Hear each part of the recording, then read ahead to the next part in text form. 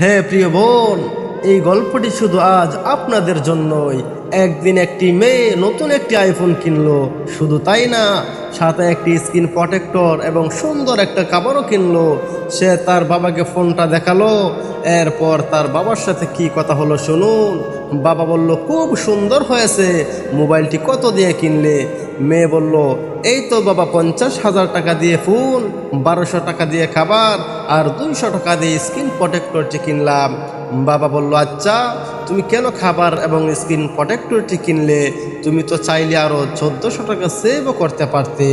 মেয়ে বলল, বাবা আমি 50,000 টাকা দিয়ে ফোন কিনতে পারলাম, আর এর সুরক্ষার জন্য 1400 টাকা খরচ করতে পারবো না। আর এই কাভারের কারণে ফোনটা আরো সুন্দর দেখাচ্ছে। বাবা বলল, এটা কি অ্যাপেল কোম্পানির জন্য অপমান নয়? তারা কি যথেষ্ট সুরক্ষার ব্যবস্থা করে ফোনটি তৈরি করেননি?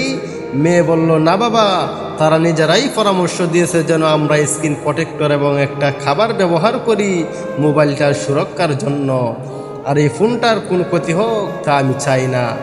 বাবা বলল, এটার কারণে কি ফোনটার সৌন্দর্য কমে যাচ্ছে না? মেয়ে বলল, না বাবা, সৌন্দর্য আরও বাড়িয়ে দিচ্ছে। এরপর বাবা তার মেয়ের দিকে তাকালেন এবং ভালোবাসা মাখা একটা হাসি দিয়ে বললেন, মেয়ে আমার, তুমি তো জানো আমি তোমাকে অনেক ভালোবাসি। তুমি ফোনটা কিনতে 50,000 টাকা খরচ করলে এবং আরও 1400 টাকা খরচ করলে এর সুরক্ষার জন্য, খুব ভালো। কিন্তু যিনি তোমাকে খুব সুন্দর করে সৃষ্টি করেছেন এবং তোমাকে নির্দেশও দিয়েছেন তোমার সুরক্ষার জন্য যেন খাবার তথা হিজাব পরিধান করো, তাহলে কি তোমার সেই সৃষ্টিকর্তার কথা শোনা উচিত না? ফোনটা সুরক্ষার জন্য তুমি কি করলে তার জন্য তোমাকে আখিরাতে প্রশ্ন করা হবে না, কিন্তু হিজাবের জন্য আমাকে এবং তোমাকে অবশ্যই প্রশ্ন করা হবে।